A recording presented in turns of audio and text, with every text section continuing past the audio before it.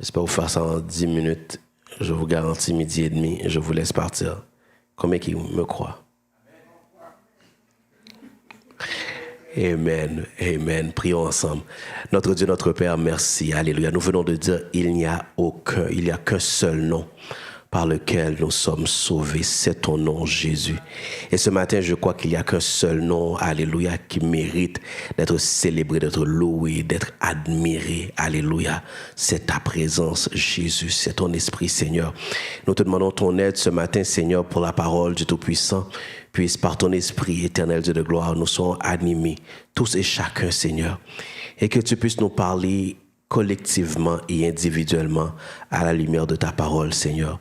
Nous regardons le temps, nous regardons, Seigneur Dieu de gloire, mais je sais qu'en si peu, éternel, tu peux parler à chacun de nous, dans le nom de Jésus-Christ. Amen. Cette semaine, j'apprenais vous savez tous c'est quoi une étoile de mer. Donc, bien souvent, j'écoute des affaires qui n'ont pas rapport parce que j'ai littéralement rien à faire de mon temps. J'apprenais qu'une étoile de mer est l'un des rares animaux au monde capable non seulement de se régénérer des membres perdus, mais aussi de faire pousser des corps entièrement nouveaux. Tant que le membre perdu conserve au moins une partie du disque central, j'ai aucune idée c'est quoi, il peut se transformer en une deuxième étoile de mer. Donc imaginez l'étoile de mer, quand elle perd un membre, ce même membre peut se transformer en une nouvelle étoile de mer. N'est-ce pas fantastique? Non seulement il peut régénérer son membre, mais il peut totalement être transformé. C'est fascinant. C'est la petite nouvelle de l'heure, donc vous pouvez aller chercher. À partir d'un membre complètement détaché de l'étoile, pour nous, le membre est mort, mais pour l'étoile, une vie nouvelle est possible pour les deux parties. Le membre séparé et l'étoile. Donc, frères et sœurs, par la puissance de l'évangile de Christ, Dieu donne une nouvelle vie. À ceux et celles considérés morts, il est possible pour toi de repartir à nouveau, d'être né de nouveau à cause de l'évangile. Amen. À cause de l'évangile. Amen. C'est ça l'évangile, c'est ça la bonne nouvelle de l'évangile. Pour quelqu'un, tu es considéré à part, pour quelqu'un, tu es considéré mort. Mais pour Dieu, Dieu voit en ta personne une vie nouvelle. N'est-ce pas fascinant? N'est-ce pas merveilleux? Dieu voit pour toi, en toi, une vie nouvelle. Romains chapitre 1, 16 à 18 que nous avons lu, Paul va dire « Car je n'ai point honte de l'évangile, c'est la puissance de Dieu par laquelle il sauve tous ceux qui croient. » Le juif en premier lieu et les non-juifs. En effet, cet évangile nous révèle en quoi consiste la justice que Dieu accorde. Elle est reçue par la foi et rien que par la foi. Comme il est dit dans l'Écriture, le juste vivra grâce à la foi. Tous sont coupables devant Dieu. Ceux qui rejettent Dieu et sa loi, en effet, du haut du ciel, Dieu révèle sa colère contre les hommes qui ne l'honorent pas et ne respectent pas sa volonté, et qui étouffe ainsi malhonnêtement la vérité. Frères et sœurs, dans le contexte que nous avons, Paul a un vif désir de se rendre à Rome pour prêcher l'évangile. Et pourquoi Paul va dire « Je n'ai point honte de l'évangile » parce que son plus grand désir, au moment même qu'il écrit ça, c'est d'aller à Rome, de prêcher l'évangile. Et Rome, à l'époque, c'est la plus grande puissance. Rome, à l'époque, c'est là où les philosophes, les scientifiques, les gens de renom sont là. Tu as besoin d'être libéré. Rome a une armée assez puissante, assez effective pour apporter un changement. Et Paul, avec son intention d'aller prêcher l'évangile, on dit, Paul, tu risques peut-être de rencontrer quelques obstacles. Parce qu'il y a des savants parmi nous, il y a des philosophes parmi nous, et ce que tu vas apporter risque de ne pas se tenir. Il n'y a pas de preuve, il n'y a peut-être pas assez de, comment je pourrais dire ça, il n'y a rien pour baquer ce que tu vas apporter comme nouvelle philosophie ou comme religion. Nous en avons en masse. Et Paul va répondre à la réponse de Paul. Paul va dire, je n'ai point honte de l'évangile. C'est tout à fait le contraire qu'il aurait voulu dire. Je suis fier de l'évangile. En d'autres mots, Paul dit, je suis fier de l'évangile. Pourquoi Paul dit, je n'ai point honte de l'évangile? Parce que frères et sœurs, ce mot honte va rappeler, frères et sœurs, quand il y a une condamnation sur ta vie, il y a la honte. La condamnation va faire qu'on fait quoi? Qu'on te met en prison, qu'on te met en recul, qu'on te cache. C'est ce que fait le péché dans notre vie, frères et sœurs. C'est ce que fait, qu'est-ce qu'on fait avec un mort? On l'enterre. Qu'est-ce qu'on fait avec un prisonnier? On l'enferme. Qu'est-ce qu'on fait avec quelque chose que nous avons honte? On le cache. On n'ose pas parler au monde. Non, on n'ose pas se présenter. Mais Paul va dire, ce n'est pas le cas de cet évangile. Ce n'est pas le cas de l'évangile que je prêche.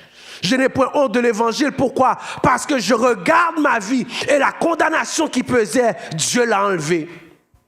Ma honte, Dieu l'a pris. Mon esclavage, Christ l'a pris.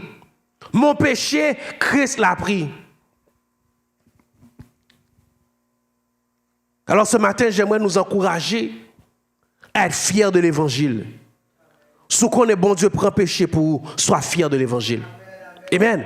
Si tu sais que l'amour de Dieu couvre une multitude de péchés, sois fier de ton évangile. Sois fier de Jésus-Christ. C'est ça l'évangile. C'est cette bonne nouvelle.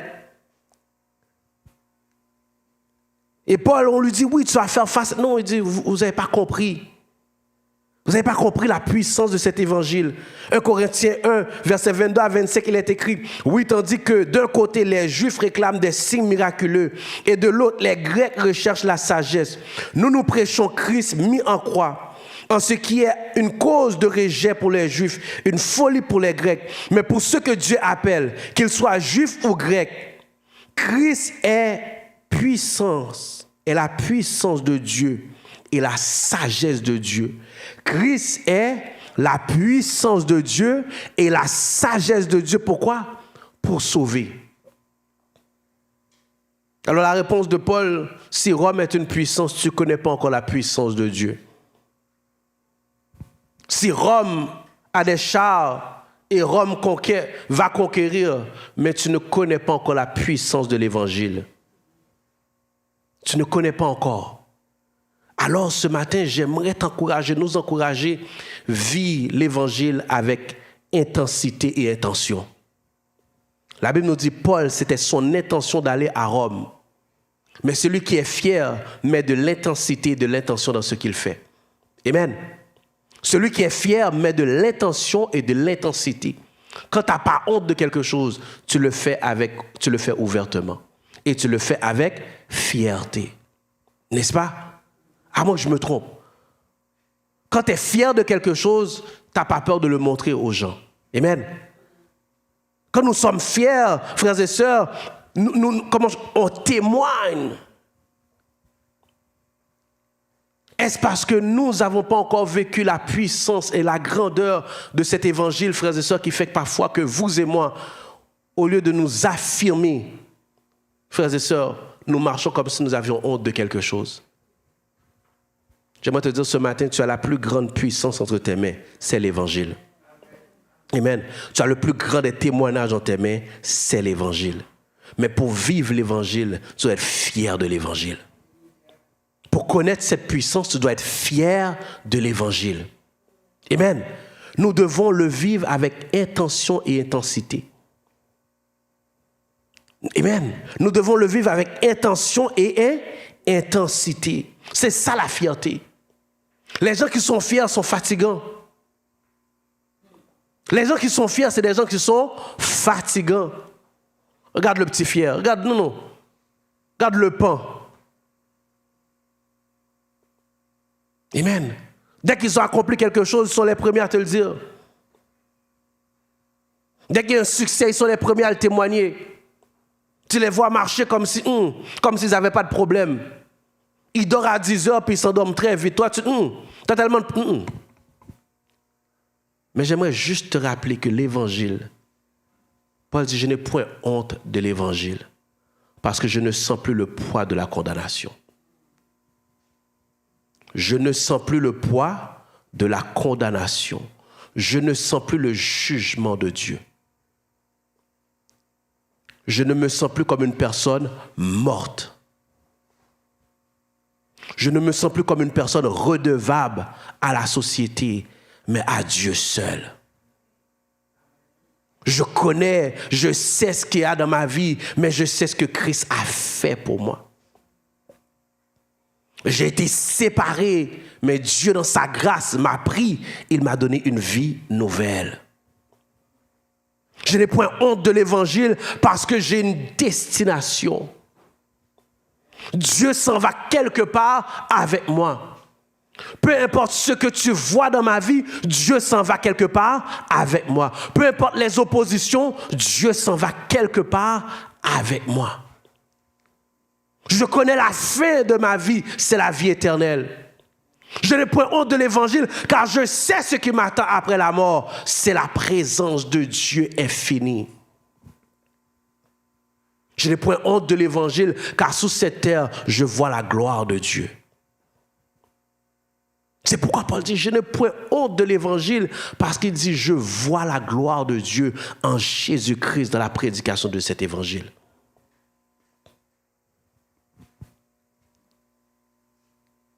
Alors ce matin, encore une fois, sois fier parce que tu vois la gloire de Dieu.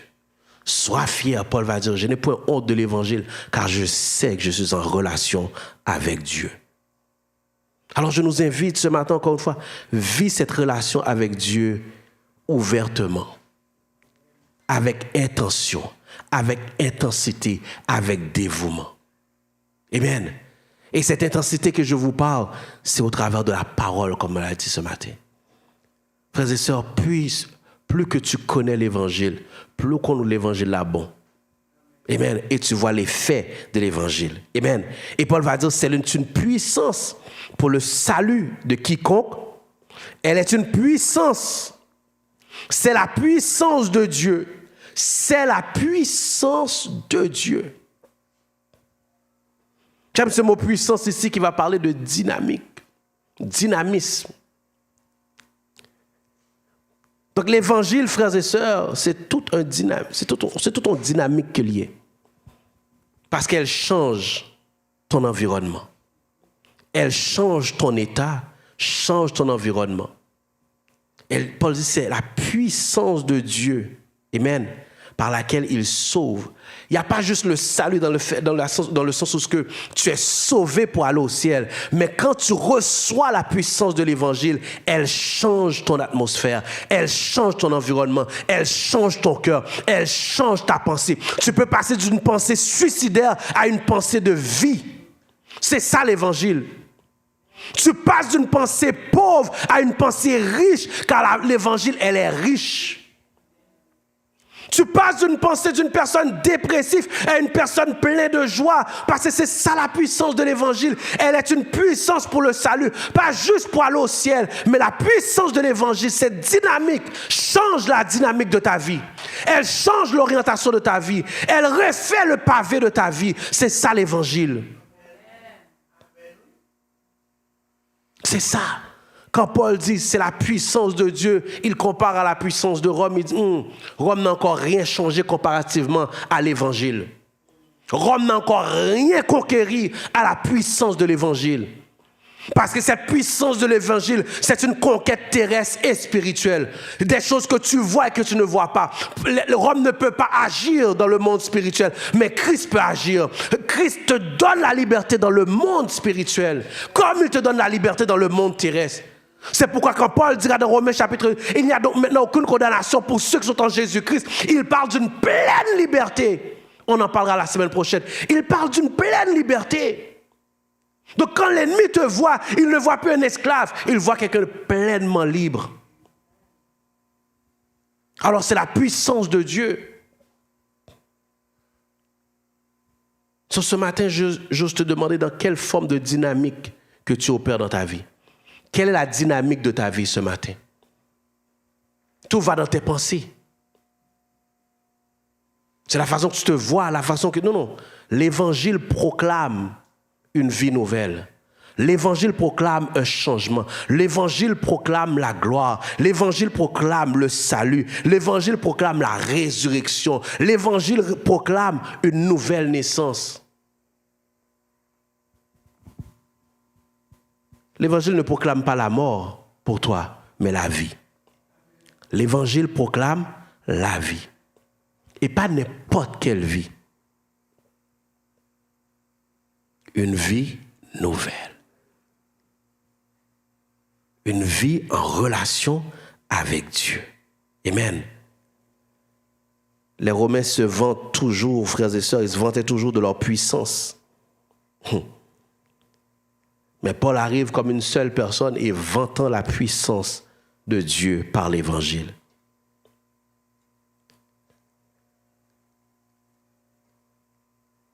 Il est beaucoup plus supérieur que toutes les armées réunies ensemble. Amen. Parce que notre besoin le plus urgent et le plus impératif, frères et sœurs, c'est la paix, la joie, la gloire, aujourd'hui et demain. Mais c'est ça l'évangile, elle fait. Elle donne la paix. Elle donne la joie. Elle te fait voir la gloire de Dieu dans ton quotidien. Elle te fait vivre la présence de Dieu qui se renouvelle jour après jour.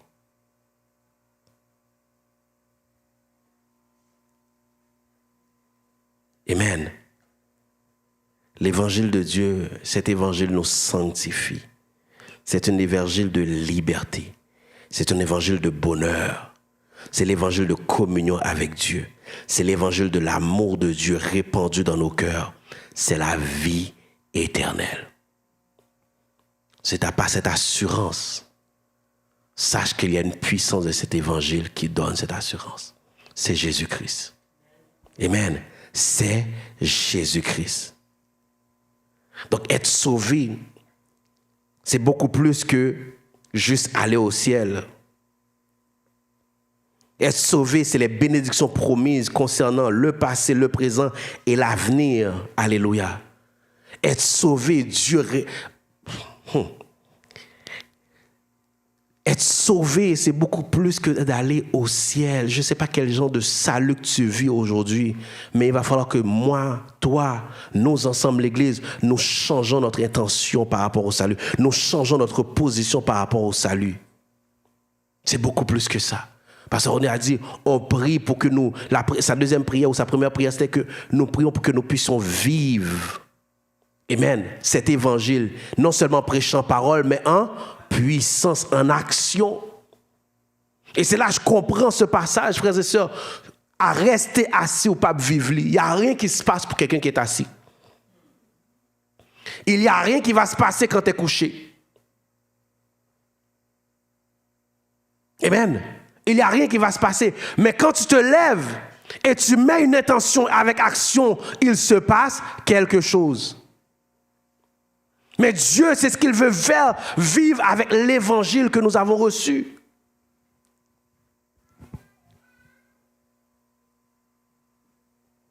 Parce que c'est un évangile, frères et sœurs, qui ne veut pas que tu périsses.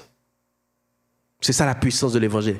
Elle ne veut pas que tu périsses, mais elle veut que tu sois sauvé. Quel que soit l'état de ton cœur, l'évangile veut que tu sois sauvé. Il vient pour transformer et déclarer tu es sauvé. Amen. Le temps nous fait défaut. Mais j'aimerais que tu retiennes une chose ce matin. Je n'ai point honte de l'évangile. Elle est une puissance. Amen. Si ta vie est en désordre, l'évangile est une puissance pour mettre ta vie en ordre. Si ta vie est en péril, l'évangile est une puissance pour te relever. Si ta vie, alléluia, tu sens que c'est la noirceur, l'évangile, elle est une puissance. C'est la puissance de Dieu pour mettre la lumière dans ta vie. Si tu sens dans ta vie ce matin que ta vie, c'est un chantier de destruction, mais l'évangile est une puissance pour te ramener à la vie que Dieu avait d'avance pour toi. Alors, n'aie point honte de l'évangile, sois fier. Pas à pas, Dieu te redonne la vie. Amen. Pas à pas. Il est dit que ça prend à peu près 1 mois pour que l'étoile de mer repousse un nouveau membre. Et ça prend plus de temps pour que le membre séparé devienne une autre étoile de mer. Laisse Dieu travailler avec patience dans ta vie. Ta vie nouvelle, c'est maintenant. Amen. Laisse-le le faire avec patience. Mais c'est maintenant sur la vie. Fais-lui confiance. Marche avec Dieu et vois la puissance de l'évangile transformer ton cœur, transformer ta pensée et de là, de l'intérieur, transformer tout ton environnement. Que Dieu te bénisse. Alléluia.